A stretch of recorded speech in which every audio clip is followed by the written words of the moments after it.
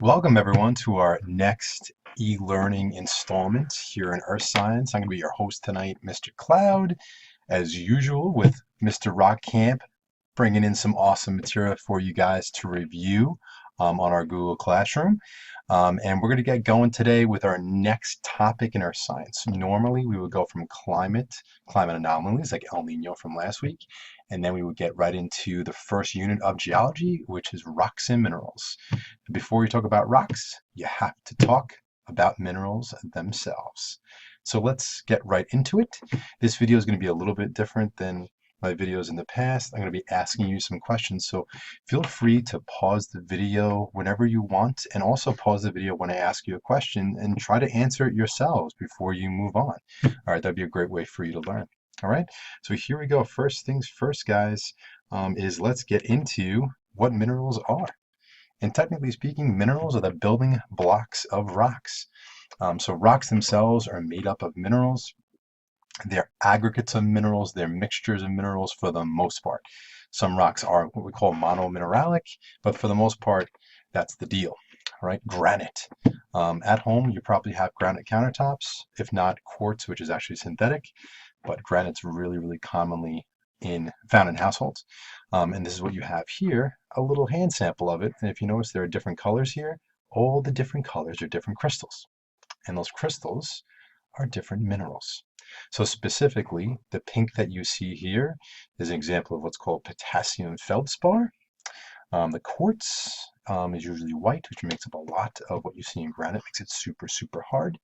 The black that you see here can be amphibole or hornblende or something like that, making the granite rock that you see. This whole conversation we're about to have, though, is all about minerals. And why do you have to learn about minerals? Why should we learn? Okay, why do we learn about minerals? Well, take a look what's going on here.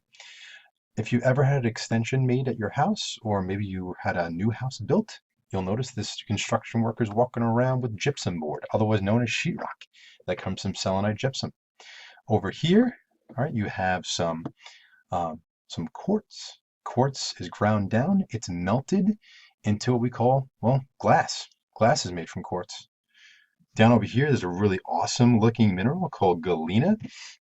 And then we smelt that down, we melt it, we separate the lead out, and we make all different things like batteries, ammunition, protection from radiation, all that cool stuff. So minerals pretty much are vital to everything we make in society. Okay, so specifically, what is a mineral? Let's get into that specifically. Okay, we're going to break down the main components of this. Also, going to give you an example of diamond and how that works with this definition. Okay, so a mineral, guys, is all of these things. They're naturally occurring, inorganic. Naturally occurring means not man-made. Inorganic means not from life. Solid means, well, solid, at room temperature usually. Distinct elemental composition, meaning they have a chemical composition specifically, like quartz is SiO2, for example, would be one. And a characteristic crystal structure, specifically meaning that it's crystalline. It has a regular repeating crystal structure throughout the entirety of the sample. Okay, so let's look at diamond and see if it fits with this definition. This is a really long definition. Okay. So I have a really cool link here for you if you're really interested in diamonds because they're so beautiful and so awesome in so many ways.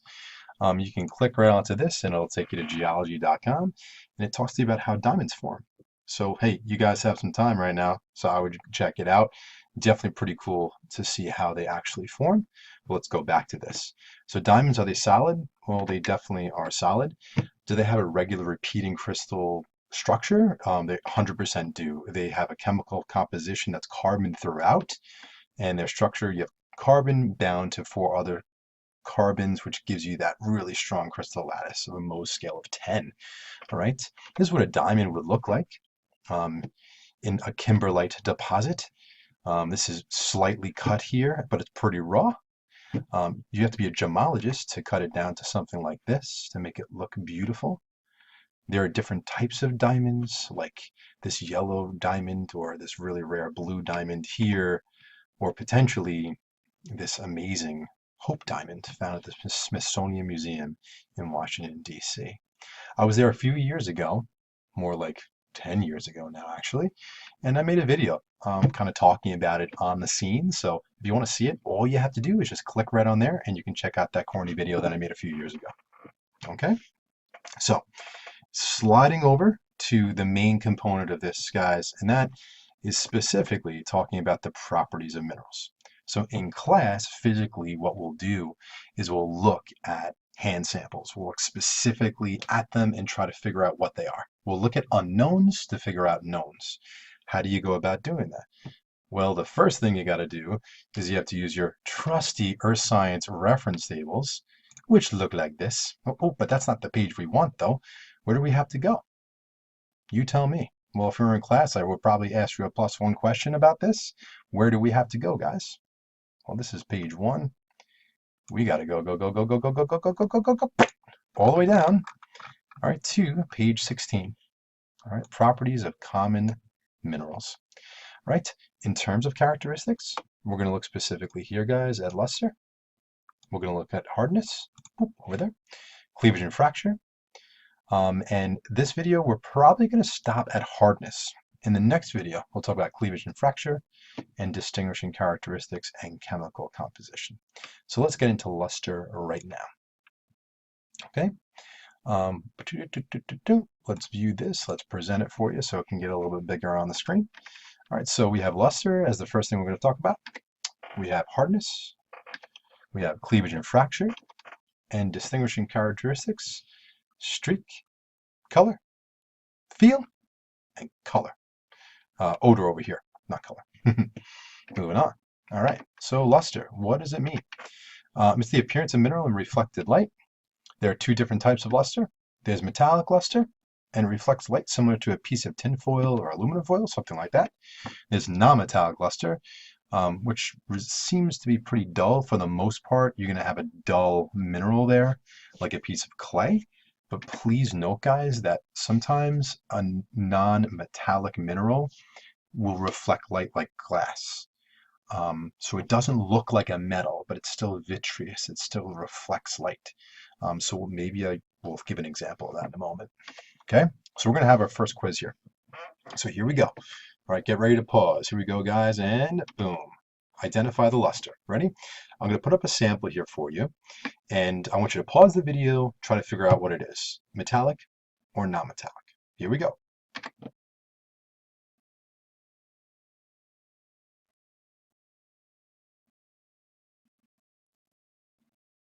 If you guessed metallic, you would be right. This is pyrite or fool's gold right here. Classic metallic. It looks like gold. Definitely something looks metallic. Let's go to the next one. Identify the luster. Ready? Go.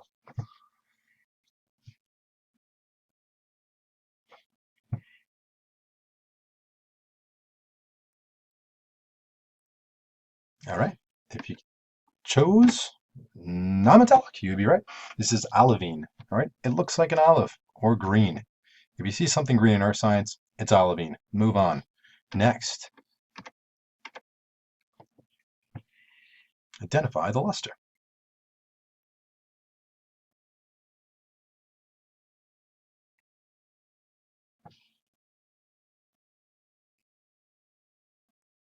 This is a tough one. If you guessed metallic, you would be wrong. It's non-metallic, actually.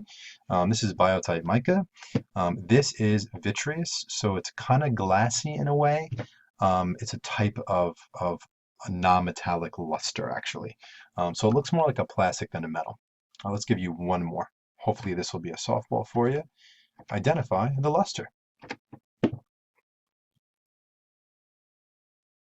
This is an easy one. So it definitely should be metallic. This is graphite. It's pencil lead. It's what you write with your pencils. Okay, so that's luster for you in a nutshell. So if you're identifying something, keep in mind, guys, that what you're going to do is you're always going to go. All right, guys. Where is it? Here it is over here. Okay, you're going to go from luster. That's the first thing you're going to do. Is it metallic? Right over here. Is it non-metallic over there? Okay, and then you're going to move on to hardness, and that's what we're going to do right now. Okay, let's move on, all right, to hardness for our next thing. Okay, all right, so we just saw that already. Here we go. Hardness, guys, is the resistance of a metal to being scratched specifically. It's going to be a scale from 1 through 10 on the Mohs scale of hardness, 1 being talcum powder or talc, which is what baby powder used to be made of years ago, to 10 being diamond, the hardest mineral on Earth. We use a practical scale, especially in earth science class, because really it's the easiest way to identify hardness. And what it is, it's the resistance of a mineral to being scratched. Okay, so let's do some examples and talk about the hardness of common objects, and it should hopefully help you out here. Okay, so a fingernail's got a hardness of about 2.5. If it's scratched by a fingernail, it's probably less than 2.5. If something's scratched by a copper penny, it's got to be a copper penny. It's below 3.5. All right, keep in mind copper penny at 3.5. Scratched by an iron nail at 4.5. Scratches a glass plate greater than 5.5. So that's kind of the sequence of events for figuring out hardness. So let's give you an example of one. Okay, so for example here, if I move myself up a little bit, hopefully I can do that. Your unknown sample is not scratched by the iron nail. So the iron nail is 4.5, and the iron nail cannot scratch that object. So, what's going to happen there? Okay. Well, if it's not scratched by the iron nail, it's got to be harder than 4.5, right? But it cannot scratch the glass. So where would you be? Well, you would be around 5.0.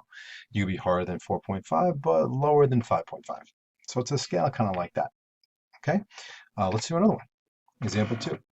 Your unknown sample is scratched by the iron nail.